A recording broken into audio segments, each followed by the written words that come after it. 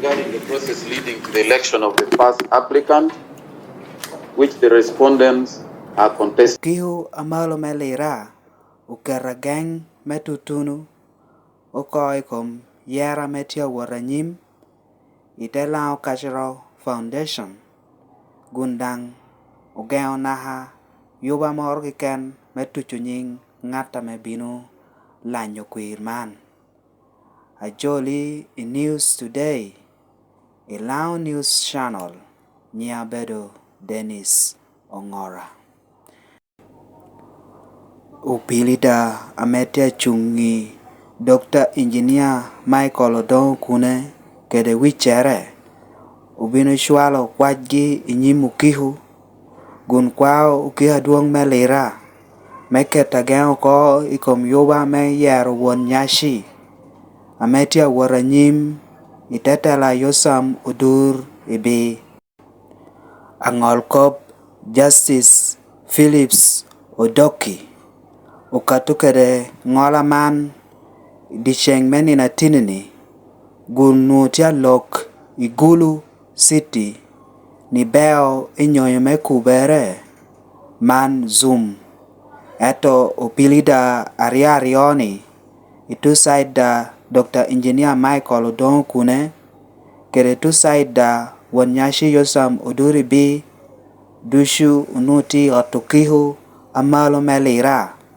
me winyu ngola man ingola man Justice Odoki ubino tirni ukot nyo ukihu utiho joko ko yiku yera ametia waranyimi deda gengo ko ni pemiero ukatu kere nying ngator kiken ni ulanyo kwir naha wangame uwinyu kwachame upilida a Dr. Engineer Michael Odongo Okune uchwale nyimu kihu ni miero jok kope yera ni uko ame abedo ichiario menu inda para beach medwe me apar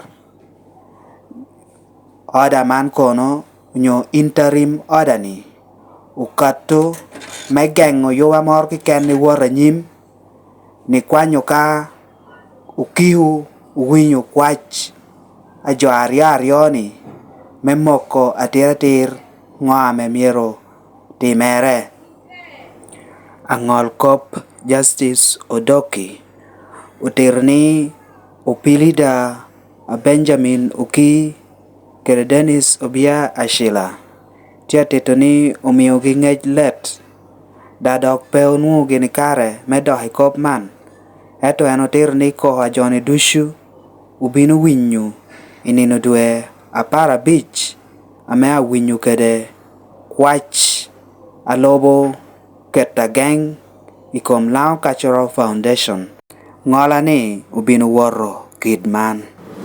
Regarding the process leading to the election of the first applicant, which the respondents are contesting. There is also a counterclaim by the applicants in this application alleging that the first applicant was elected and is due to be enthroned on the 2nd November 2024, and yet the first to the fifth respondents are participating in a fresh election intended to destabilize and disorganize the election of the first applicant, which in their view amounts to the thought of nuisance, among others. I also note that there is indeed an urgency in this matter since the election ongoing.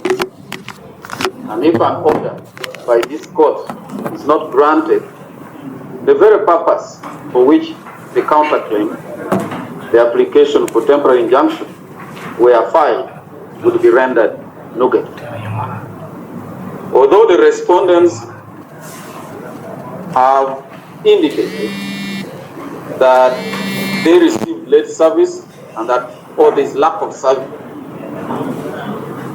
on the respondents, in my view, they can be heard in the main application. In the premises, I hereby order issue an interim order to restrain the respondents from continuing with the election process and declaring of any candidate as a winner of the election that is ongoing until determination of the main application for a temporary injunction. Most obliged. It is only valid for 3 days, and that is up to 15th of October 2024, when the main application for a temporary injunction shall be heard and the applicant's counsel is to ensure that the 3rd to the 7th respondents are served with the notice of the hearing of the main application, which is scheduled for 15th at 9 a.m. The cost of the application for the interim order is in the cause. Much obliged, my lord. No, before you celebrate. I know, I'm just... Members, silence. The judge is speaking. Madam? So the order is going to be extracted. I will sign it and then send it electronically. Much obliged. That is all. Most obliged. My lord, before we take leave, we would pray that we get the orders as urgent as possible. So we are seeking to get a time frame when we can get the order from the registrars or from the chief magistrate. The order, you are going to get it immediately. You work with the registrar, you have a draft, send it right now, and then it is sent on word by word document. Most obliged, my lord. And then it comes here, look at it, I see if there are any changes. If not, and then I will sign and send it back to him immediately. So if the faster you do it, the better. Most obliged, my lord.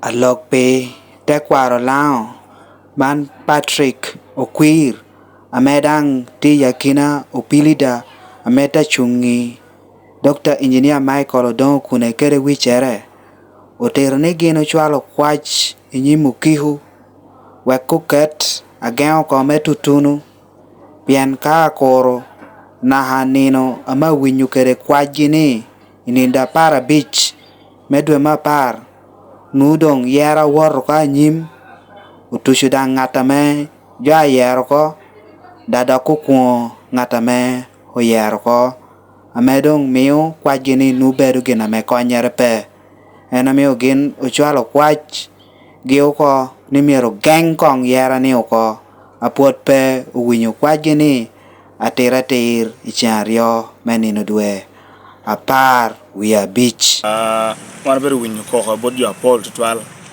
Ame tuko bugini ni Jomordo group of Jomordo tell you boyero can me year Wonnyaci akun Wonnyaci Odongo bino year ko elan kanene one tenan ni pero bere one shalo pilida and that petty ginano one team mokenne a party do about court me you court me waginora me gen year ni waranyim indeed one ring court la woro but then copy court ni copy very urgent new case one me win me your pen jono tell you boyera cotin and to me to medicare ya na macheli yo boyera ge na mario declaring results ni ngatoro no lo queer na madek me ko ngatoro no ko na mangwen nyome keto ngatoro no e kom o ye yo me kote ko be one me duk tin ni court o te serving na lawyers ge e gare Manuel o te serving jo na do one serving on WhatsApp baro cho bango kul gini wana do medo gi pirini wana medo jo ducha medo tie ko bichu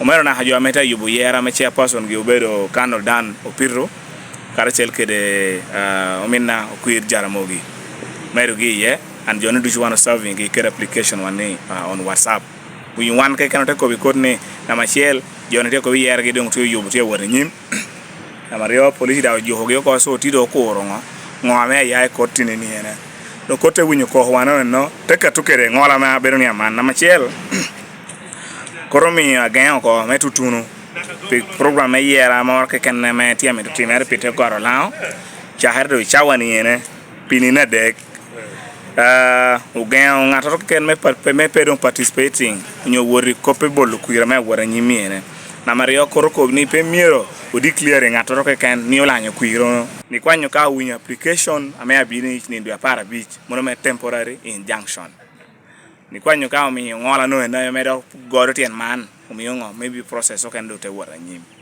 na mario koroko ni mano en ngola ni ene abedo ame tituolo pinina dek na hanin do para beach so nyurni yer moro ke ken pe atimere na hawanga ni do para beach wana bir duogo me wunyo application wa me temporary injunction cha na madek koroko ni manu mir wano mi ngej bod dana want to pidigi dana na madek to dana na mabiro man ber jo wano mera meti ayubo yera ni ker jo meti participating yera ni ene koroko ni garama abe ko garama me pidu ni en man metinu ni abedi chen donc ana kwaya kwani luak tini ni ene wana tu lokki korogao ginor kene moti lu ni yera ite kwaro lao ila aloro ada wana tu do chane o yubo oda mera oteme yana ngol kobo ko wiketo chien ye aka ite chwalo borwa pidu wani obedo on zoom because ngol kop ti Gulu pete Lira obedo nyonyo me zoom wana beru video ni ndi na wotie nang tiene ni tung chaman no